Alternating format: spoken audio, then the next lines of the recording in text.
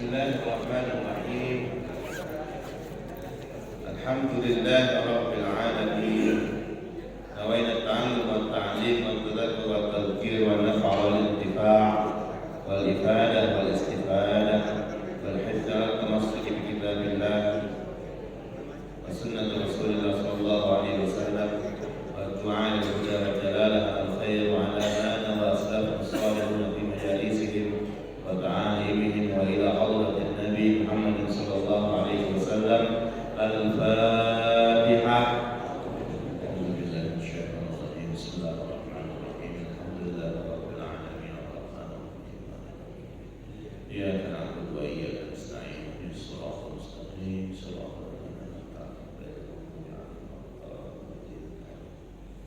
Assalamualaikum warahmatullahi wabarakatuh. Alhamdulillahi wahdah wassalatu wassalamu ala man la nabiyya ba'dah.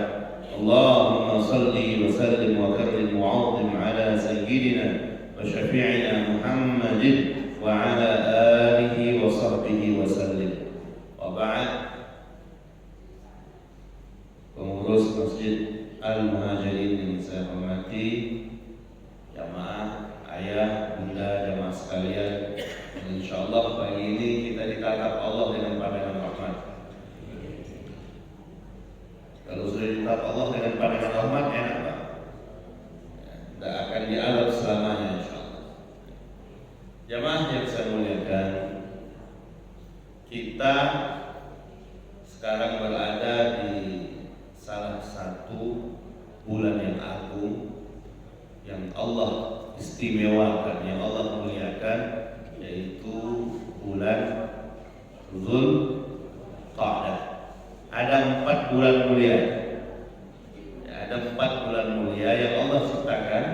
Yang pertama bulan Dzulqa'dah, yang kedua bulan Dzulhijjah, yang ketiga bulan Muharram. Ini belum Zulkarnain dulu. Bulan Muharram. Ada satu yang terpisah jauh di awal, namanya Rajab, sebelum Sya'ban dan Ramadan. Jadi 3 bulan mulia ini Allah letakkan, hadiahkan kepada kita saat ini. Bulan Dzulqa'dah, Dzulhijjah, Muharram. Jamaah yang dirahmati Allah, dari tanggal 11 Mei kemarin, jamaah haji atau jamaah calon haji sudah masuk asrama haji dan berangkat tanggal 12 Mei yang dari Palembang. Nah, syiarul haji dimulai sejak bulan Syawal pemberangkatannya, ya, karena memang jamaah haji yang begitu banyak tahun ini.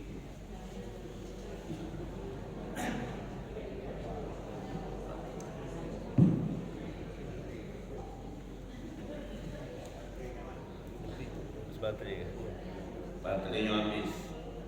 Yang penting saldo masjid jangan habis, Pak.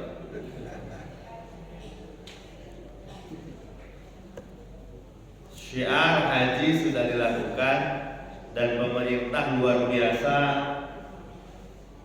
dalam pelayanan ini. 230.000 jamaah haji reguler. Yang regulernya, yang tidak reguler banyak lagi. Jadi kita di subuh-subuh ini akan hidup dengan nuansa haji, ya, jamaah dirahmati Allah. Haji diwajibkan tahun 9 Hijrah. Umrah diwajibkan tahun ke-6 Hijrah. Kalau hobi diwajibkan sejak diantar. Terima kasih. Waalaikumsalam. Jadi kalau ada yang bilang umrah itu sunnah, haji itu wajib, dalam pelajaran fikih, ya, dalam mazhab fikih, mazhab jumhur, haji dan umrah sama-sama wajib. haji dan umrah sama-sama wajib dan pemberlakuannya pun umrah lebih dulu ya. Di tahun ke-6 baru kemudian di tahun ke-9 Rasulullah SAW diperintahkan untuk melaksanakan ibadah haji dan di tahun ke-10 Nabi lakukan itu ya. Dan itulah haji Nabi yang pertama dan terakhir yang dikenal dengan haji wada ya. Jamaah dirahmati Allah, hadis yang kita baca pagi hari ini diriwayatkan oleh Imam At-Tabrani dalam kitab Mu'jam Al-Kabir, juga diriwayatkan oleh Imam Al-Bazzar dalam Musnad, diriwayatkan juga oleh Imam Ibnu Hibban dalam Sahih. Sengaja saya sebutkan dulu referensinya, mana tahu nanti ada bapak yang baru pertama kali dengar hadis kemudian mengatakan itu hadisnya palsu. Padahal banyak di antara kita mentidakkan, padahal bukan karena tidak ada, tapi karena dia tidak tahu. Sudah jadi rumus dalam usul man qalla ilmuhu kasura inkaruhu, yang sedikit ilmunya banyak nyanggahnya. Dia Pak. Jadi kalau ada yang ngeyel berarti dia kurang baca ya. Dikit-dikit salah, dikit-dikit tidak boleh. Maka di awal saya selalu kalau mau menyampaikan materi ini diriwayatkan oleh Imam At-Tabrani di dalam Mu'jam, diriwayatkan oleh Imam Al-Bazzar di dalam Musnad, diriwayatkan oleh Imam Ibn Hibban di dalam kitab As-Sahih. Ada 3 hadis kitab Sahih yang populer. Yang paling pertama, yang paling sahih Sahih Bukhari, yang kedua Sahih Muslim, di urutan ketiga Sahih Ibnu Hibban. Jamaah dirahmati Allah. Cerita ini diriwayatkan oleh banyak sahabat, di antaranya oleh Abdullah bin Umar radhiyallahu anhu. Juga diriwayatkan oleh Imam Anas bin Malik, oleh sahabat mulia, sahabat Anas bersama Nabi. Ketika mereka berada di Masjid Mina, ini prosesi haji sudah berjalan. Mereka sudah berada di Masjid Mina, duduk bersama Nabi. Kemudian datang 2 orang laki-laki. 2 orang ini satunya dari Bani Thaqif, yang satunya dari Al-Ansar, dari orang Madinah. Ketika 2 orang ini datang menemui Rasul sallallahu alaihi wasallam dan mereka berkata, "Ya Rasulullah, kami sengaja ingin bertemu dengan Rasul." Nabi mengatakan, "Kalau kalian ingin, insyaallah saya bisa jelaskan apa yang kalian ingin tanyakan dan saya tahu maksud kedatangan kalian." Ini salah satu min alamat nubuwah, Nabi tahu apa yang belum disampaikan. Ya, itu salah satu mukjizat dari Muhammad SAW. Wa in syi'ta tas'alan. Tapi kalau kamu mau ya sudah, silakan tanya, enggak apa-apa. Kemudian Al-Ansar ini, seorang sahabat Ansar, saling gula sama kawannya. Kau benanya. Kemudian kata Nabi, kalian datang ke saya, tas'alan, ingin bertanya kan?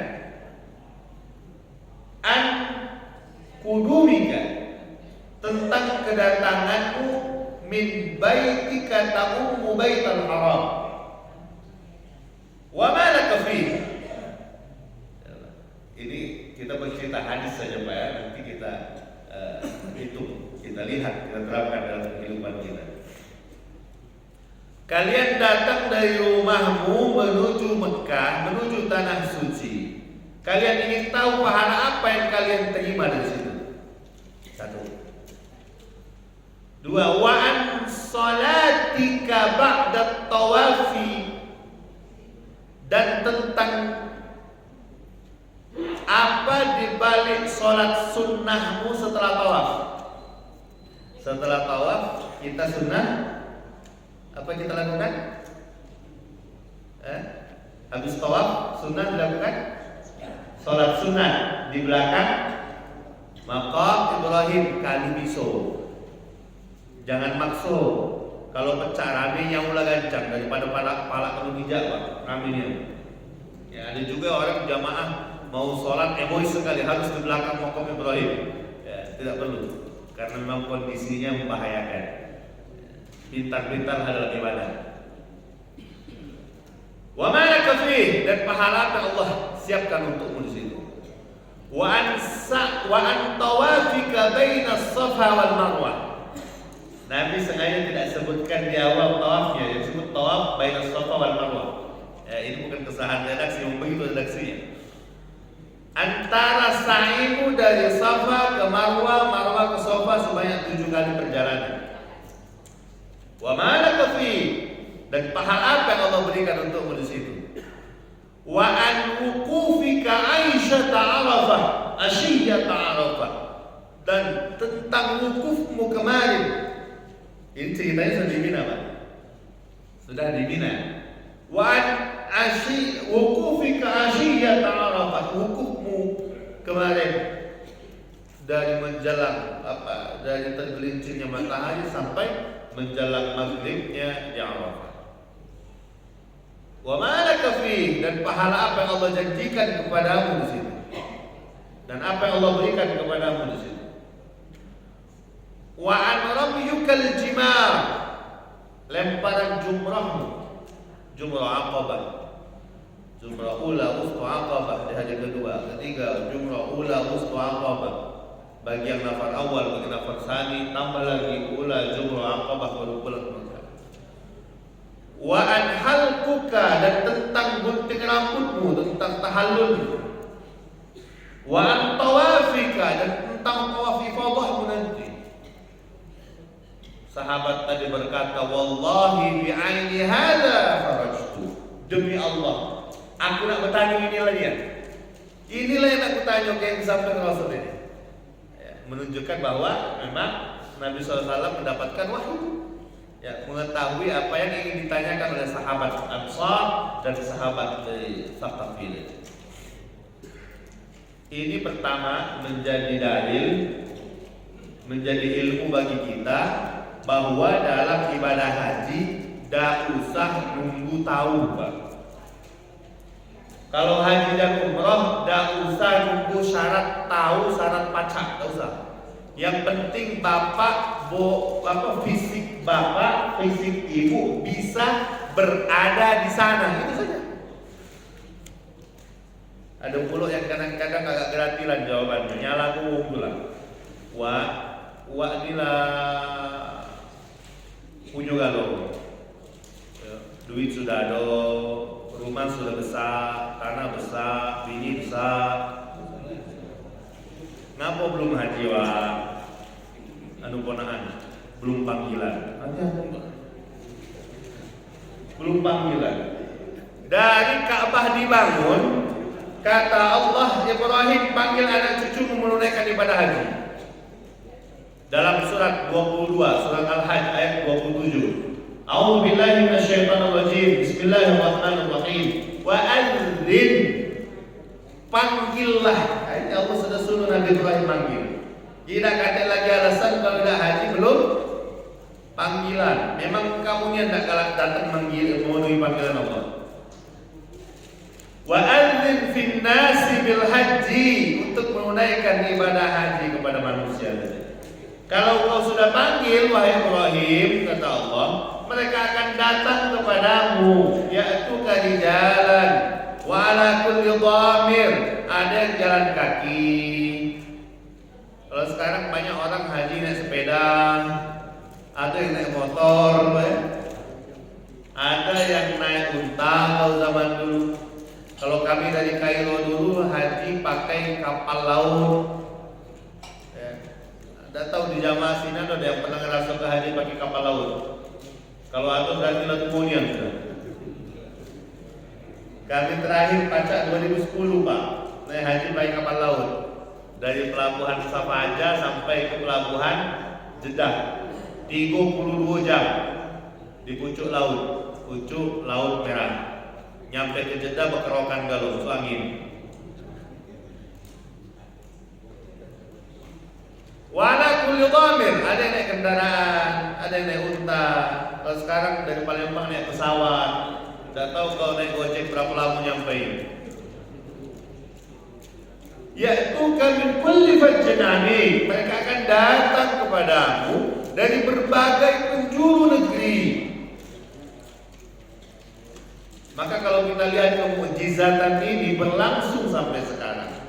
Ada yang dari Sungsang naik haji, ada yang dari Senurung, ada yang dari mana? Cengal, yang jauh-jauh itu Pak, yang map lagi tidak nyampe ke sana berangkat haji mereka. Justru kita di Palembang ini yang jarang haji, Pak. Yang di kota ini yang jarang, lebih lusuh banyaknya. Memenuhi ibadah itu. Bunda dan rahmat Allah. Semua sudah dipanggil. Tinggal apakah kita mau memenuhi panggilan. Kata tafsir Ibnu Katsir ketika menjelaskan tentang ayat tersebut, terima dari Abdullah bin Abbas, ketika Nabi Ibrahim memanggil itu yang mendengar semua yang menjawab labbaik Allahumma labbaik. Semua menjawab, ya Allah, aku datang memenuhi panggilanmu ya Allah. Maka kalau kita sekarang dipanggil, sudah Allah kasih kelapangan rezeki, berikhtiar. Jangan tunggu tua. Mohon maaf, jamaah haji sekarang tak usah tunggu tua Pak. Kalau ada duit berjualan, nabunglah. Ngapo jadwal tunggu sekarang lama. Palembang ini kalau tidak salah 22 tahun sekarang. Nasib baik masih di Palembang 22 tahun, di Sulawesi Selatan ada yang 60 tahun per kabupatennya. Maka prioritaskan sekarang. Tidak usah nunggu pensiun, mana ada duit dan lah. Cuma 25 juta Pak. Jamaah yang dirahmati Allah.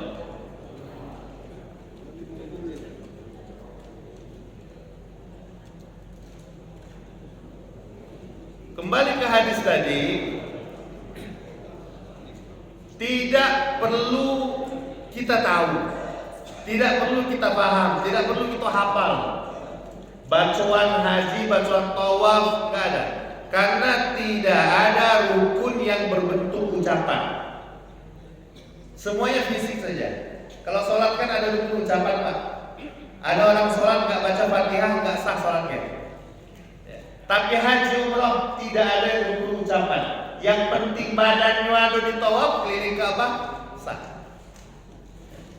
Paling enak. Tidak ada rukun ucapan. Dalam tawaf, Pak Ustaz, aku masih takut haji umrah ngapa belum hafal bacaan tawafnya. Dak kate bacaannya Pak. Dan kalau pun ada, tak bakal ada yang hafal, panjang niat. Pembimbing umrah pun mungkin tidak akan ada yang hafal satu persatu. Kenapa? Karena memang doa-doa itu bukan diwajibkan, bukan disyaratkan. Itu hanya dibuat daripada bapak ngomong baik. Lah dibuat susun itu, memang masih ada yang nyanyi lagu Pancasila.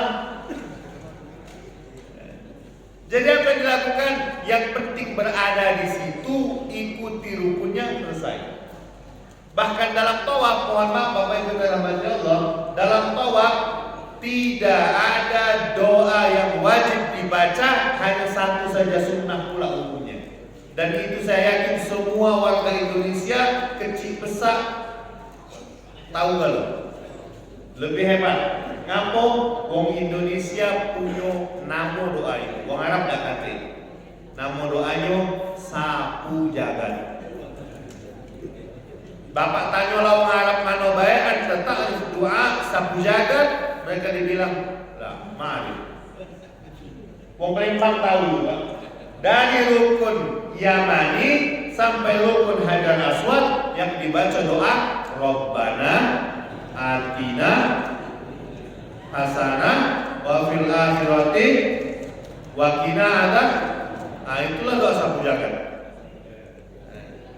Hanya itu yang sunnah, selebihnya tidak. Pak, aku dah baca juga, dah dibaca, tetap sah. Tetap sah. Sahabat tadi berdua bertanya kepada Nabi, dia nggak tahu pahalanya apa, doanya apa, wiridnya apa, pokoknya melok baik. Uji Nabi, kau nggak tahu kan? Nah, 7 tahun sekarang. Nabi tidak ngomong, oh kalau main itu tidak sah haji kau, tidak. Tapi diberitahu oleh Rasulullah SAW. Pertama, kau datang dari rumah menuju Masjidil Haram.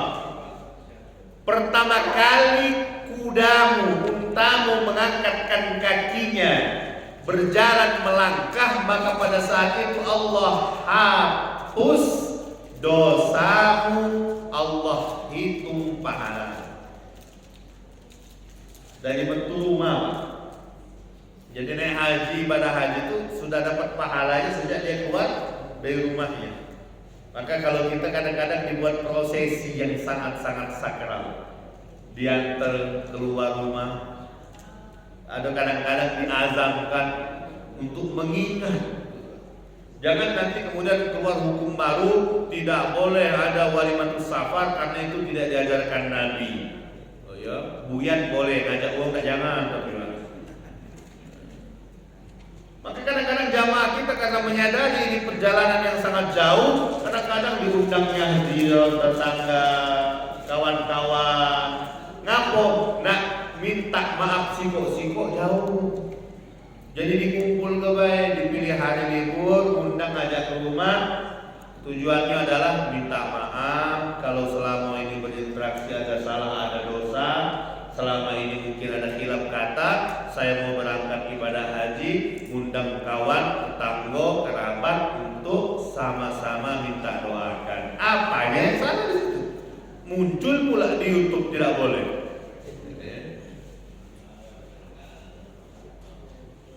Inti dari kegiatan itu adalah bagaimana yang mau berangkat ini, yang mau meninggalkan kita ini, kita tidak pernah tahu perjalanan ke depan apa yang terjadi, maka minta didoakan dan minta dimaafkan nama atas segala salah dan dosanya. Ya, maka itu tentu menjadi sesuatu yang baik. Apalagi kalau undang untuk makan, ya. Benar rahmati Allah. Pahalanya sudah dihitung. Maka kadang-kadang kalau mau dilihat dalam karakter masyarakat kita, mungkin inilah yang harus dipahami oleh ulama, guru-guru kita dahulu, sehingga apa? Kalau ada yang mau berangkat haji diantar sama-sama. Karena kenapa? Kesadaran mereka dalam kondisi yang diampuni oleh Allah dosanya, diangkat oleh Allah pahalanya. Jadi jamaah, tetangga, kerabat ingin ikut juga merasakan keberkahan tersebut. Maka kalau saya lihat ada jamaah dari Tanjung Batu, kadang-kadang mohon pakai bis mahasiswa muslim, Pak. Yang tidak tahu kalau maju ke depan atau belakang gitu. Aduh 20 bis kayak ngantar. Yang hajinya berapa? Siko uang rupanya. Ada dari Tanjung Batu sih. Itu culture gitu kan? Kultur gitu masyarakat. Ada pula yang dari Makati, dari Jalur sana, laki bini wo. Yang ngantar 2 tongkang, siko keluarga bini, siko keluarga laki. Nginap di sekanak situ. Kadang-kadang aku tanya ongkosnya, ongkos ngantar itulah cukup 2 kali ongkos haji. Tapi ini realita yang ada di masyarakat kita, antusias itu sudah mendarah daging dalam tubuh mereka, dan keyakinan bahwa keberkahan ini ada bersama orang yang berangkat haji, sehingga tidak ada yang mengeluh. Cobalah bapak kakek berhenti dulu supaya sekali-kali di sekanak sebelum musim haji. Himpit-himpitan Pak, 1 tongkang 100 wong. Tapi itu tidak menjadi keluhan. Kenapa? Karena ada semangat tadi, ada ghirah. Bahkan kadang-kadang karena ngantar haji, tuh pikir aku pengen juga tahun depan ngumpul dikit-dikit daftar haji. Ya, ini syiar. Masuk dalam syiar. Kemudian apakah ini kita katakan tidak boleh? Gak bisa begitu. Ya. Syiar. Wa may yu'azzim sya'air Allah fa innaha min taqwal qulub. Siapa yang mengagungkan syiar-syiar Allah, itulah tampak penampakan dari ketakwaan hati seorang mukmin. Jamaah yang dirahmati Allah. Wa an sholatika, pahala sholatmu setelah tawaf. Kalau ibadah haji itu kan ada 3 jenisnya. Di antaranya ada haji qiran, ada haji ifrad, ada haji kalau orang Indonesia mayoritas melaksanakan tamattu. Tamattu itu datang ke Mekah, kemudian umroh dulu. Setelah umroh selesai, pakaian ihramnya dibuka, menunggu tanggal 8 Zulhijjah, baru berangkat lagi nanti ke Arafah untuk melaksanakan ibadah hajinya. Itu lebih santai, lebih enak, ya, karena dia melepaskan ihramnya dulu. Nah, sahabat ini kasusnya haji duluan. Jadi datang ke Mekah, tawaf kudum dulu, ya, bukan tawaf umrah. Apa pahala yang Allah siapkan, Allah berikan kepadamu setelah kau sholat sunat tadi? Kata Nabi SAW, ka'itski raqabatin min Bani Ismail. Allah tuliskan kepadamu pahala seperti memerdekakan budak dari keturunan Nabi Ismail alaihissalam. Mohon maaf Bapak, Nabi Muhammad di sini melebaikan redaksinya, begitu menunjukkan pahala yang sangat besar. Ya. Dipahami ya, saya katakan melebaikan bahasa menunjukkan pahala yang sangat besar. Memerdekakan budak dari keturunan Nabi Ismail alaihissalam. Dan tidak ada budak dari keturunan Nabi Ismail alaihissalam. Ya, perbudakan itu kan terjadinya perang, adanya perampokan, diambillah manusianya, banyak dari Afrika, banyak dari Sudan dan sebagainya, dijual belikan di Arab. Islam datang dari awal untuk menghilangkan kebiasaan perbudakan. Ya, maka dalam semua kafarah pertama adalah memerdekakan budak. Begitu cara Islam ingin memerdekakan manusia. Dianut oleh dunia, oleh PBB, maka di 1950 sudah keluar aturan internasional, tidak boleh lagi ada perbudakan di muka bumi ini. Sampai sekarang alhamdulillah berhasil, kecuali masih di Palembang dan Bandung. Ya, Bapak duduk-duduk depan gardu situ, ada orang lewat, bertanya budak mana itu? Banyak budak Palembang itu, Pak. Tapi bukan budak itu yang kita maksudnya. Dan tentang sa'imu, kata Nabi, dari Safa ke Marwah, apa pahala yang Allah berikan? Allah berikan ka'itski raqabah, seperti memerdekakan 70 sab'ina raqabah, 70 budak dari keturunan Ismail alaihissalam. Masya Allah, Allah berikan pahala seperti itu. Begitu besarnya pahalanya. Kemudian wa'ad wukufika asyiyat Arafah, tentang wukufmu pada siang Arafah. Apa yang kau lakukan duduk di padang Arafah? Nah ini Pak, hati-hati dengan penyelenggara haji yang nakal, yang orientasinya hanya duit saja. Sudah keluar aturan jelas tidak boleh melaksanakan ibadah haji kecuali dengan visa haji. Sangat tegas. Tahun ini tidak boleh menunaikan ibadah haji kecuali dengan visa haji. Ada yang jualan di medsos pakai visa ziarah, ada yang pakai visa turis, ada yang pakai visa kerja, ada yang pakai visa apa lagi?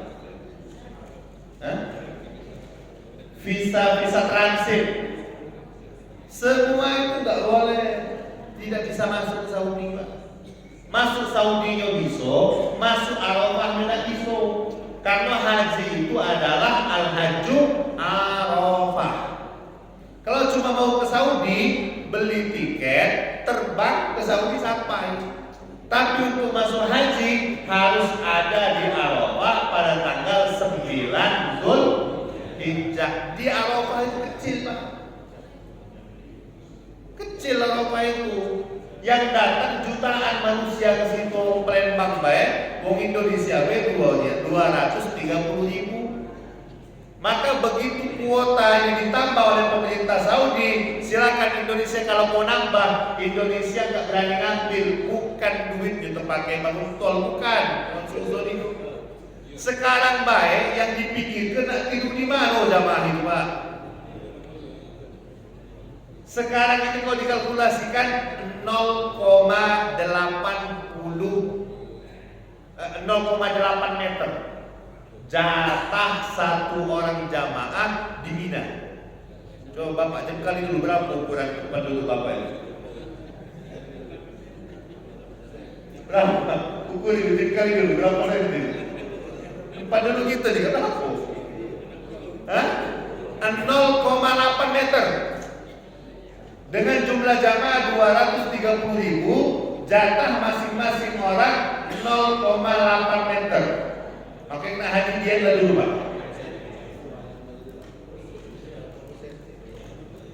Ya, tidur di sebelah Pak.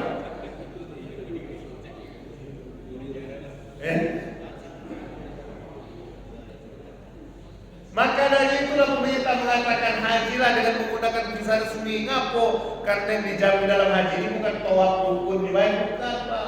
Keselamatannya, kesehatan jamaah itu jauh utama daripada pelaksanaan itu sendiri. Maka tahun ini dibuat aturan ada yang namanya apa yang namanya?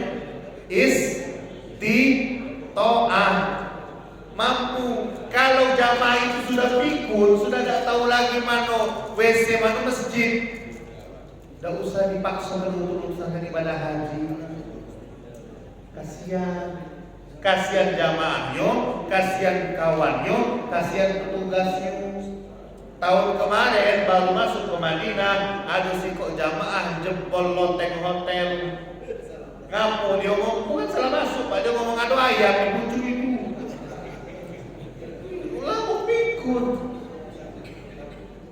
Tahun kemarin 60% lansia. Dari yang lansia itu berapa puluh persen yang mohon maaf sudah pikun. Tahun ini diberlakukan alasan istitoah. Kalau dulu bayar dulu baru cek kesehatan, sekarang cek kesehatan dulu baru bayar. Itu kebijakan pemerintah dalam ibadah haji. Bukan pemerintah yang tidak mendukung haji, bukan, tapi demi menjaga keselamatan dan keamanan jamaah untuk kita. Jamaah dirahmati Allah. Apa pahala yang Allah siapkan? Yang Allah siapkan pahala di Arafah itu kata Nabi SAW, Allah turun ke langit dunia. Ini hadis sahih. Allah turun ke langit dunia, wa yubahi bikumul malaikah. Allah banggakan semua yang wukuf di Arafah di hadapan para malaikat. Kata Allah, ya tuhum ibadi, wahai malaikat, coba lihat mukanya. Coba lihat orang-orang yang duduk di Arafah itu. Ada orang Palembang, ada kayak 7, Telang Bulu. Ya'tunani syursan ghubra. Mereka datang kepadaku dalam keadaan lusuh, dalam keadaan berdebu, dalam keadaan capek. Capek hati itu Pak. Capek hati. Berangkat dari hotel, kalau jamaah normal itu tanggal 8 siang. Tanggal 8 tanggal Zulhijjah. Masuk langsung ke Arafah. Kenapa? Karena kondisinya sulit, ramai. Apa yang dilakukan oleh sekian puluh ribu jamaah itu? Hampir 6 juta seluruh jamaah haji sedunia ini. 230.000-nya orang Indonesia ngumpul di situ. Yang pertama yang dipikirkan adalah akses. Kalau kita ngumpul, yang paling penting itu apa? Makan gampang. Yang saru itu uang ke makanan itu. Nah, kita Jumatan ganti di sini berapa kamu? Uang lagu dikit mulai dibentuk-bentuk. Ini sekian puluh ribu jamaah. Di situ laut tua, di situ yang tak tahu pakai WC. Yang selama ini ada terjenguk pakai bom, sekarang ada toilet apa namanya? Toilet duduk. Ada yang tak baca, mohon maaf, BAB-nya duduk, naikinnya, badannya besar, campur toilet itu. Ada yang tak baca hidup ke cara bak, hidup ke banyu, hidup ke keran. Begitu mohon maaf habis BAB bertubai dari situ. Ini real Pak. Apakah ini tidak mengganggu mindset otak kita? Sangat-sangat mengganggu pasti. Belum lagi yang sudah kebelat, apalagi pagi subuh ya. Subuh ini kan rata-rata nak toilet kalau yang nanti sampai 12, udah stres. Ya? Dalam kondisi pakai kainnya haram. Maka kata Allah, ya tunani syurta dubra. Mereka lusuh, mereka capek, sangat-sangat capek. Apa kata Allah? Ishhadu inni qad ghafartu lahum. Malaikat saksikan semua mereka ini yang di Arafah hari ini, aku sudah ampunkan semua dosa mereka. Semua dosa mereka aku ampunkan. Ada malaikatnya, fa inna fi fulan, ya Allah di sana si fulan ini akan ghafartu lahum. Sudah saya ampunkan semua dosa. Sudah saya ampunkan semua dosa-dosanya. Bapak yang punya duit, ibu yang punya duit, saya sudah sampaikan hadisnya, saya sudah sampaikan pelajarannya. Bapak belum juga haji, ibu sudah juga belum mau haji, tak tahu lagi. Hijaulah kamu dengan Tuhan. Iya, aku sampaikan lagi. Ya. Jadi paling kira saya sudah lepas. Umur selesai mau haji, nggak lepas kewajiban. Tadi sampaikan kalau.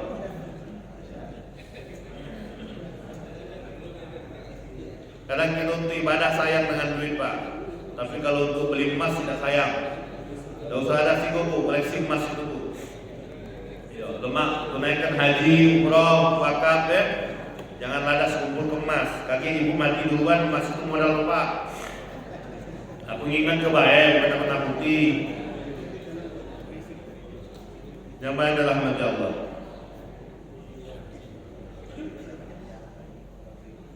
Setelah itu kemudian berangkat ke Musdalifah, mengambil kerikil, besoknya melempar di Mina. Wa'an dan bertanya tentang apa pahala di balik jumrah itu, melempar itu. Dalam hadis dikatakan Nabi SAW berdoa untuk umatnya diberikan ampunan, dikabulkan semuanya oleh Allah di Arafah, kecuali satu. Allah tidak berikan ampunan kepada hamba-hambanya yang zalim kepada saudaranya, yang menzalimi tetangganya, yang menzalimi anak buahnya. Apalagi yang model-model waktu kuliah makan pempek 8 kaki tigo. Hati-hati Pak, itu kezaliman. Ya, uang begawe dengan kita tidak kita bayar. Ya, uang transaksi jual beli dengan kita tidak jujur. Berutang tidak kalah bayar. Kalau itu perbuatan zalim. Maka apa yang dilakukan kata Nabi SAW, semua diampunkan oleh Allah kecuali model-model ini yang zalim. Maka itulah sebelum berangkat haji, undang tetangga, kerabat, minta maaf kalau tidak bisa temui satu-satu. Apa dia masalah? Minta maaf, kita ikhlaskan dulu. Jangan sampai ada kezaliman yang belum kita tunaikan, kita minta maaf dulu semuanya. Nah, hadiahnya adalah ketika melempar jumrah. Apa? Kata Nabi SAW, al-jimar itu apa namanya? Kerikil. Kalau nyari batu apa ibu kagak nak lempar jumrah, main kecil-kecil, main kerikil lah. Jangan cari yang besar. Ada pula jamaah kadang-kadang Ustaz, aku nak yang besar dan kamu nak muaskan mabed setan. Bukan setan yang kita mabed itu. Setan dalam diri kita yang kita mabed, bukan setan di biang itu. Ada pula kalau salah perasaan yang biang itu setan. Dari jauh dari ketayung, berapa dilemparnya nyoba. Batu ketemu batu mental kena kepala kawan dia. Dia melempar ke jingok benjol. Nah, kau cari di babet balik oleh setan. Ngaku ibu loh. Kita melempar nafsu syaitaniyah yang ada di dalam diri kita. Dalam simbolisasi pelemparan jumrah. Apa kata Nabi? Allah ampunkan seluruh dosa mubiqah, dosa-dosa besarmu ketika kau lakukan jumrah dengan syarat bisidqin, jujur kepada Allah. Ada kezaliman yang pernah kita lakukan, kita coba minta maaf, tidak ketemu orangnya, kita mau perbaiki hubungan kita, kita tidak bisa aksesnya, maka dengan jujur mintalah maaf kepada Allah, doakan orang yang pernah kita zalimi, insyaallah dengan jumrahmu Allah akan ampunkan dosa-dosa kita. Itu istimewanya ibadah haji. Apa semua dosa yang pernah kita lakukan? Mungkin waktu muda kita tidak pernah sholat, waktu muda kita tidak istiqomah, waktu muda masih sesat, belum ketemu hidayah, suka judi, suka nyambung ayam, suka maling dan sebagainya. Waliyadzubillah, semua perbuatan-perbuatan jelek dalam hajimu, taubatlah kepada Allah, dengan benar-benar Allah akan ampunkan semua dosa dan kesalahan. Wa anna halika, engkau menyembelih kurban setelahnya. Apa kata Nabi? Itu menjadi harta karunmu di hadapan Allah Subhanahu wa taala. Ibadah-ibadah yang kita lakukan ini, Pak. Pertama yang Fajrul Aqabah, kemudian gunting rambut, ya. Pertama namanya tahallul awal. Begitu sudah tahallul awal, boleh buka baju ihram, diganti dengan pakaian biasa. Sudah lebih bebas, potong kurban, ya. Itu pahalanya menjadi harta karun kita di hadapan Allah Subhanahu wa taala. Kemudian setelah rambut itu dipotong, semua dosa kita diampuni, pahala kita sudah meningkat. Kembalilah kita setelah selesai itu melakukan tawaf ifadah. Kata Nabi SAW, ketika engkau angkatkan kakimu pertama melakukan tawaf ifadah, angkat tangan menuju Hajar Aswad, Bismillah wallahu akbar. Kemudian kau lakukan tawaf, malaikat-malaikat memegang pundakmu dan mereka bangga kepadamu. Allah berkata, afidu maghfuran, kalian semua sudah mendapatkan ampunan, waliman syafa'atum, begitu pula orang-orang yang kalian doakan mendapatkan ampunan, semuanya diberikan ampunan oleh Allah Subhanahu wa taala. Maka pelajaran penting bagi kita, kalau ada saudara kerabat tetangga mau menunaikan ibadah haji, mintalah kepada dia untuk didoakan juga mendapatkan ampunan. Berpesan kalau ada yang datang haji, Dek, Kak, tolong doakan kami mudah-mudahan dapat ampunan. Di Arafah kali doakan kami baca juga ibadah haji umroh. Minta bagus, hadisnya baik. Jangan datang ke mereka, wah minta tolong kaki beli kerantang yang kuning dulu bosnya. Ada tak modelnya kalau pesan itu? Mana uangnya? Aduh Pak, wong sibuk haji yo nitip ceret kuning, rantang, sejadah, itu banyak di Tanah Abang, banyak di 16, banyak di Shopee, banyak itu. Yang gak kata ini doa, minta doa, takut lupa tulisnya di kertas. Tolong doakan saudara nama ini. Kalau perlu tulisnya judul doanya. Satu, dapat ampunan. 2, baca ibadah haji. 3, baca ini lagi. Anaknya, maksudnya anaknya baca ini dan sebagainya. 4, masuk amplop junit real supaya ingat doanya Pak. Kalau kata itu juga ketinggalan di Lembang itu amplopnya. Jadi yang paling penting adalah minta doakan. Itulah yang modern bagi Allah. Kita hidup di bulan-bulan ini, ya. Kalau ada tetangga kerabat yang belum berangkat atau sudah berangkat, WA lah, minta doakan. Sudah saya sampaikan hadisnya, mudah-mudahan dipahami. Dan yang belum menunaikan ibadah haji, belum daftar haji maksudnya, segeralah prioritaskan. Kita tidak pernah tahu kapan ajal itu akan datang. Haji itu wajib, maka segerakan dan prioritaskan. Sudah saya sampaikan, kalau belum juga Bapak Ibu mau bergerak, urusan kamu dengan Tuhan. Ya.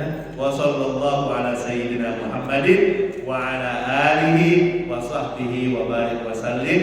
Kalau ada yang mau didiskusikan mungkin 1 atau 2 penanya ya. Ya.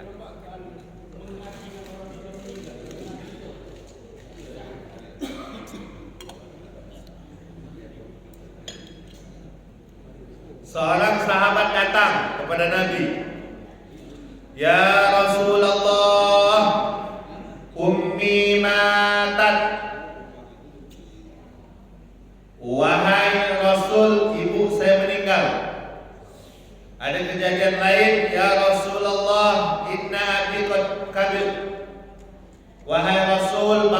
sudah tua, la yastati'ul hajja, tidak sanggup lagi menunaikan ibadah haji, sudah lansia, tidak bisa jalan. Afa ahujju anha, boleh tak saya hajikan dia? Kata Nabi, "Nam, hujji anha." Hajikan dia.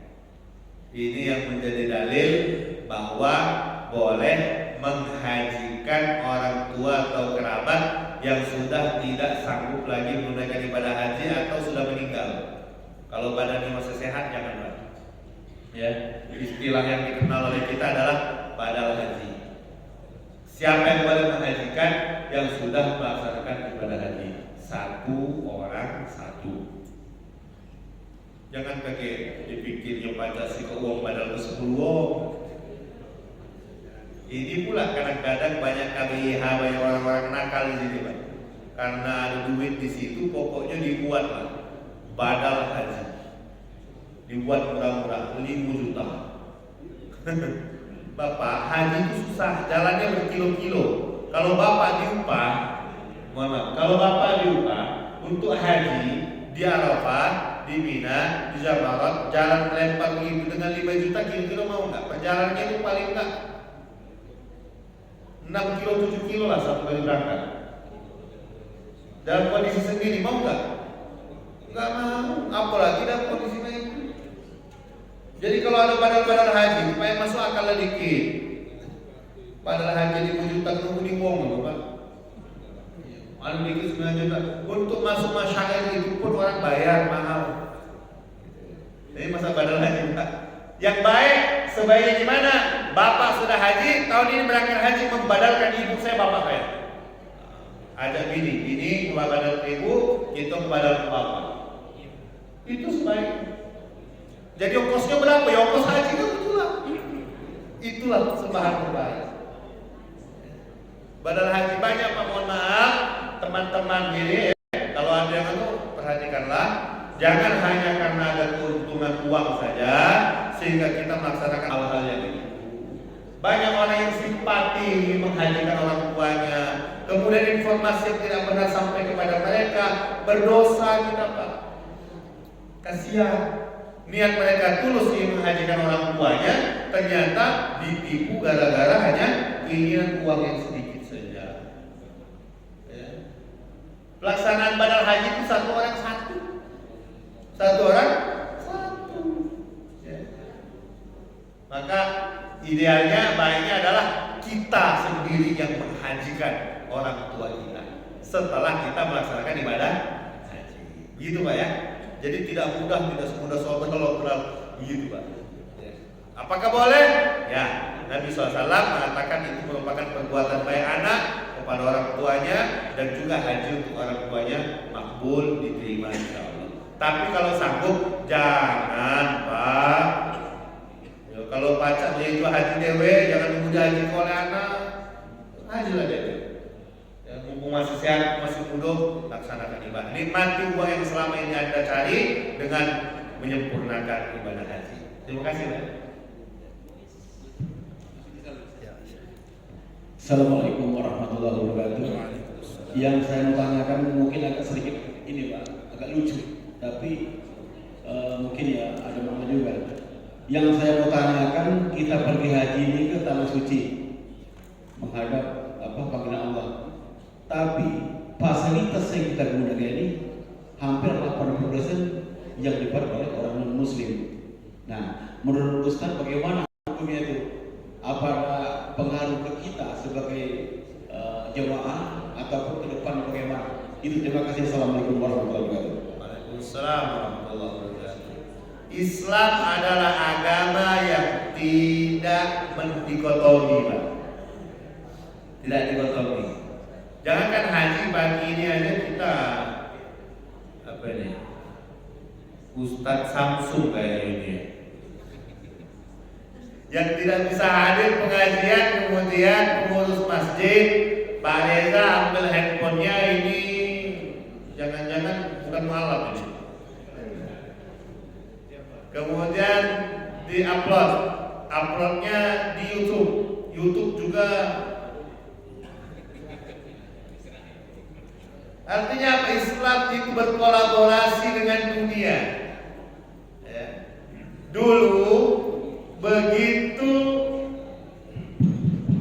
mikrofon mau dimasukkan ke Masjidil Haram, ulama-ulama Masjidil Haram menolak. Gak ada yang mau terima. Kenapa? Ini bukan buatan Muslim. Woi, Pak, coba dengar. Apa namanya, mikrofon di Masjidil Haram itu terdengar sampai sebelum Mekah, Pak. Allahu Akbar. Gitu di hotel kedengaran. Yang jamaah sunat-sunat masjid, baik, sholat di hotel kedengaran juga, ya. Tapi kan, betul kan? Dulu ditolak, nggak boleh pakai mikrofon. Itu bukan buatan Muslim. Datanglah Syekh Asy-Sya'rawi, Mutawalli Asy-Sya'rawi dari Al-Azhar, menemui Presiden Imam Masjidil Haram. Begitu bertemu, ditanya kenapa tidak mau pakai mikrofon. Jawabannya adalah ini buatan non-Muslim dan tidak ada zaman Nabi pembesar suara. Tidak ada zaman Nabi pembesar suara, jadi nggak usah dipakai Masjidil Haram. Syekh Sya'rawi mendekati Syekh tadi, kemudian ditunjuknya, dipinjamnya kacamata. Kebetulan beliau baca pakai kacamata. Dipinjamnya kacamatanya, kata Syekh Sya'rawi, hadza mukabbirus surah wa hadza mukabbirus shawt. Ini yang kamu pakai pembesar tulisan. Yang tidak jelas bacanya kan pakai ini, Pak. Wahada, yang ini yang kalian larang adalah pembesar suara. Apa bedanya? Jadi boleh. Maka dipasanglah speaker, mikrofon di Masjidil Haram. Sebagaimana kita bisa membaca lebih jelas dengan kacamata, kita juga bisa mendengar lebih jelas dengan mikrofon.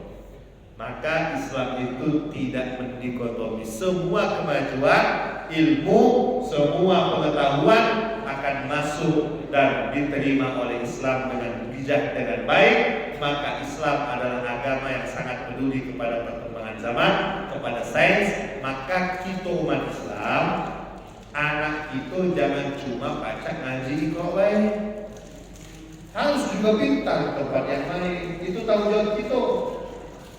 Yang punya anak-anak ini masuk kalau polisi, Pak. Sekarang LPTQ nasional punya kerjasama dengan TNI Polri. Ya. Siapa anak yang pernah menang MTQ, yang penting badannya masuk, ukurannya, kesehatan fisiknya bisa, mereka akan dapat tiket golden, tiket emas untuk bisa masuk ikut tes di kepolisian dan di TNI. Kenapa? Harapannya ke depan, mudah-mudahan polisi yang bertugas itu badannya kuat, pakaiannya polisi, dia bisa mengambil kebijakan, tapi di dalam otak dan hatinya ada Al-Quran. Kita berharap yang ke depan nanti kuliah selesai dari kedokteran itu di wisuda, dokter-dokter spesialis, di kepalanya ada ilmu, di hatinya ada Al-Quran. Semuanya begitu. Kalau itu dilaksanakan, insya Allah rahmat Allah akan segera diturunkan. Yang sekolah di yang rakit bom, yang belajar kimia, yang belajar fisika, biarkan Al-Quran tumbuh bersama mereka agar pada saatnya nanti semua tempat yang mereka isi diisi dengan Al-Quran. Jadi gitu, Pak. Jangan ayo kita kalah haji kamu, haji naik pesawat, salah. Ya, silakan terakhir, Pak, ya.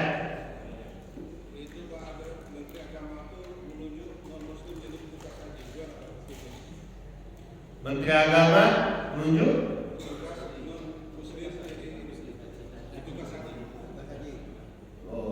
itu bukan kewenangan saya untuk jawab dan saya tidak tahu itu, Pak. Ya, kita minta surat kepada Pak Menteri untuk menjawabnya nanti. Ya, yang jelas kebijakan-kebijakan tersebut saya tidak tahu, ya, dan saya juga tidak berwenang untuk menjawab hal tersebut. Ya, terima kasih dan saya jadi tahu sekarang, Pak. Ya. Saya jadi tahu kalau ada kasus itu, tinggal dicek dulu benar apa tidaknya. Karena betapa banyak, tidak semua yang kita dengar itu adalah benar. Terima kasih. Mudah-mudahan kita mendapatkan keberkahan dari Allah Subhanahu wa taala. Mohon ampun atas segala kehilangan kepada Allah. A'udzubillahi minasyaitonirrajim. Bismillahirrahmanirrahim. Alhamdulillahirabbil alamin. Allahumma shalli wa sallim ala sayyidina Muhammadin wa ala alihi wa sahbihi wa barik wa sallim. Ya hayyu ya qayyum bi rahmatika nastaghits. Rabbana atmim lana nurana waghfir lana innaka ala kulli syai'in qadir. Rabbana atina fid dunya hasanah wa fil akhirati hasanah wa qina adzabannar. Wa sallallahu ala sayyidina wa syafi'ina Muhammadin wa ala alihi wa sahbihi wa barik wa sallim. Wa akhiru da'wana alhamdulillahi rabbil alamin. Wassalamualaikum warahmatullahi wabarakatuh.